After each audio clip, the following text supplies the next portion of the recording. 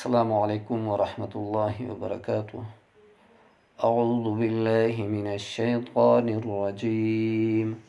بسم الله الرحمن الرحيم.